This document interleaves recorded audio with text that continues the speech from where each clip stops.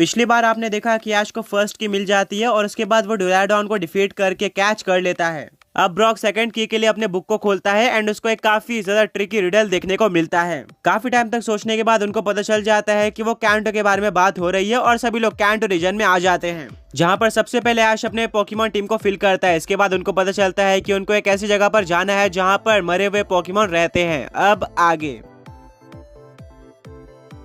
सभी लोग साथ मिलकर सोच रहे होते हैं कि ऐसी कौन सी जगह है जहां पर डेड पोकेमॉन्स रहा करते हैं। उन्होंने कभी भी ऐसी जगह पर विजिट नहीं किया था। मिस्टी बोलती है कहीं यहाँ पर सैफरॉन सिटी के तो बात नहीं हो रही है, क्योंकि वहाँ पर काफी सारे scary psychic type Pokemon trainers हैं। ब्रॉक बोलता है मुझे नहीं लगता, हाँ वो सिटी बहुत ज्यादा स्कैरी है बट वहाँ पर डेड पोकेमॉन्स नहीं रहते हैं। ऐश बोलता है कि अगर हम सैफरॉन सिटी में जाते हैं तो हो सकता है कि हमें इस जगह के बारे में कुछ पता चले। सईना बोलते है कि हाँ ये सही आइडिया है, सैफरॉन सिटी उस जगह से बहुत ज्यादा सिमिलर है जहाँ पर हम जाना चाहते हैं, तो शायद हमें कुछ वहाँ पर हिट मिले। सभी लोग एग्री करते हैं और इसके बाद ऐश अपने फ्लैंक टाइप पोकेमॉन का यूज करके पहुंच जाता है सैफरॉन सिटी में। सईना बोलते हैं कि इस जगह पर मैं इससे पहले कभी भी नहीं आई हूँ और ये बहुत ज्यादा स्कैरी लग रही है। ऐश बोलता है कि हाँ ये सबसे पहली हॉरर प्लेस थी जहाँ पर हमने विजिट किया था और यहाँ पर मैंने सबरीना से बैटल करी थी, जो कि एक साइकिक टाइप जिम लीडर है। उसके कडाबरा ने मेरे पिकाचू को बहुत ज्यादा बुरी तरीके से डिफीट किया था, जिसके बाद मैं लेवेंडर टाउन में जाकर अपने साथ एक हॉन्टर लाता हूँ और वो हॉन्टर सबीना को हंसा देता है, जिसके चलते मुझे बैज मिल जाता है। मिस्टी बोलती है लेवेंडर टाउन, एक मिनट ऐश कहीं हिंट में लेवेंडर टाउन की तो बात नहीं हो रही थी। वहाँ पर एक बहुत ही ज्यादा स्कैरी टावर है जहाँ पर ज्यादातर घोस्ट टाइप पोकेमॉन रहते हैं और वहाँ पर ऐश और पिकाचू के सोल भी निकाल ली गई थी। ब्रॉक बोलता है मिस्टी तुमने बिल्कुल सही कहा, शायद हमें लेवेंडर टाउन में ही जाना है। अब फाइनली ऐश और उसके फ्रेंड्स को पता था कि उनको कहाँ पर जाना है। उनका नेक्स्ट टारगेट था लेवेंडर टाउन, जहाँ पर उनको सेकंड की मिलेगी। वो लेवेंडर टाउन की तरफ बढ़ना स्टार्ट कर देते हैं, जिसके लिए उनको एक फॉरेस्ट को पार करना पड़ता है। वो फॉरेस्ट भी बहुत ज्यादा डरावना होता है। यहाँ पर पूरी तरह से शांति थी। सईना बोलते हैं कि कैंटो में ये इकलौती डरावनी जगह है। मुझे कैंटो की बाकी सारी जगह काफी अच्छी लगती है, यहाँ पर तो हमें एक सिंगल पोकेमॉन भी देखने को नहीं मिल रहा है। किसी तरह से ऐश और उसके फ्रेंड्स उस फॉरेस्ट को पार कर लेते हैं और पहुंच जाते हैं लेवेंडर टाउन के उस टावर पर, जहाँ पर डेड पोकेमॉन्स रहा करते थे। और यहाँ पर पहुंचते हुए रात भी हो चुकी थी, जो कि इस जगह को और भी ज्यादा स्कैरी बनाता है। वो लोग गेट की तरफ जा रहे होते हैं, पर तभी वहाँ पर एक पोकेमॉन आ जाता है, जो कि था स्पिरिटूम। सभी लोग शॉक हो जाते हैं, पर तभी ऐश को याद आता है कि हर एक जगह को एक पोकेमॉन प्रोटेक्ट कर रहा होगा और यहाँ पर वो पोकेमॉन स्पिरिटूम है जिसको डिफीट करके वो आगे बढ़ सकता है। ऐश बोलता है ठीक है, मैं चैलेंज को एक्सेप्ट करता हूँ। ऐश अपने पोकेबॉल को बाहर निकालता है और बोलता है मैं काफी टाइम बाद तुम्हें यूज करने जा रहा हूँ, मुझे पूरा भरोसा है कि तुम इस बैटल को जीत लोगे। जाओ सेप्टाइल। सेप्टाइल बैटलफील्ड में आ चुका था। बैटल स्टार्ट हो जाती है। ऐश अपने सेप्टाइल को लीफ ब्लेड अटैक यूज करने बोलता है। वो स्पिरिटूम के पास आ जाता है, पर तभी स्पिरिटूम यूज कर देता है हिप्नोसिस अटैक का, जो कि डायरेक्टली सेप्टाइल पर लगता है और सेप्टाइल सो जाता है। सईना बोलती है ये तो ऐश और सेप्टाइल दोनों के लिए ही बिल्कुल भी अच्छा स्टार्ट नहीं है। इसके बाद स्पिरिटूम यूज करता है टॉक्सिक अटैक का, जो कि सेप्टाइल पर लगता है और अब वो पॉइजन हो चुका था, यानी कि उसको हर टर्न में डैमेज पड़ेगा। सेप्टाइल अभी भी सो रहा होता है, जिसका फायदा उठाते हुए स्पिरिटूम यूज कर देता है शैडो बॉल अटैक का और ये अगेन सेप्टाइल के ऊपर लगता है, जिससे सेप्टाइल को डैमेज पड़ता है। ऐश बोलता है सेप्टाइल तुम्हें उठना पड़ेगा, हम इस बैटल में ऑलरेडी बहुत ज्यादा पीछे हो चुके हैं। ऐश की आवाज सेप्टाइल के कानों तक पहुंच जाती है और वो उठ जाता है। स्पिरिटूम वापस से हिप्नोसिस का यूज करता है, बट इस बार सेप्टाइल तैयार था, वो इस अटैक को डॉज कर लेता है और यूज करता है एक सीजर अटैक का, जिससे स्पिरिटूम को डैमेज पड़ता है। इसके बाद स्पिरिटूम यूज करता है शैडो बॉल का, वहीं पर सेप्टाइल लीफ ब्लेड का यूज करता है। दोनों ही अटैक टकरा जाते हैं, बट सेप्टाइल का लीफ ब्लेड ज्यादा पावरफुल था,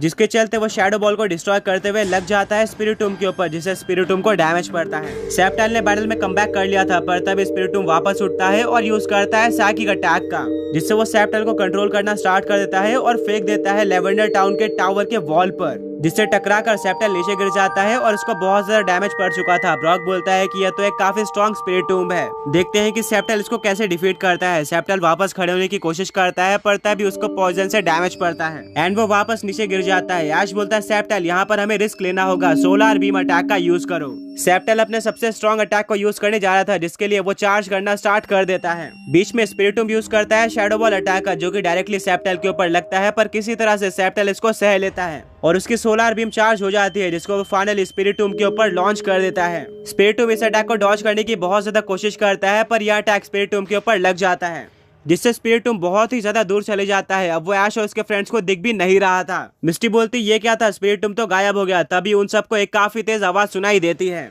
और देखने को मिलता है कि फॉरेस्ट में काफी ज्यादा बड़ा एक्सप्लोजन हुआ है। ब्रॉक बोलता है मेरे अकॉर्डिंग वो स्पिरिटूम भी था, जो कि इतने दूर जाकर हार गया है। सेप्टाइल की सोलर बीम सच में बहुत ही ज्यादा स्ट्रॉन्ग थी।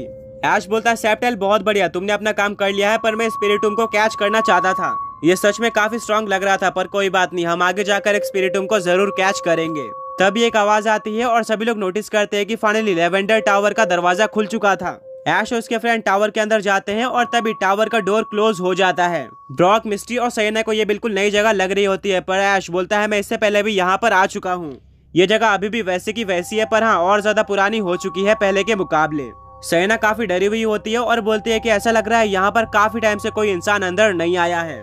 ब्रॉक बोलते हैं ऑब्वियसली यहाँ पर कोई भी पोकेमॉन ट्रेनर आना प्रीफर नहीं करता है, ये काफी स्कैरी जगह है। सभी लोग आगे बढ़ते हैं, पर तभी मिस्टी बोलते हैं कि ऐश देखकर ऐश नोटिस करता है कि उसके आगे का फ्लोर टूटा हुआ था और वो नीचे गिरते गिरते बचा था। सिएना बोलते हैं कि अभी तो हम ग्राउंड फ्लोर पर है, इससे नीचे कौन सा फ्लोर हो सकता है, ये फ्लोर कैसे टूट सकता है। ब्रॉक बोलता है कि हाँ सिएना सही कह रही है, हमें इसके अंदर देखना चाहिए।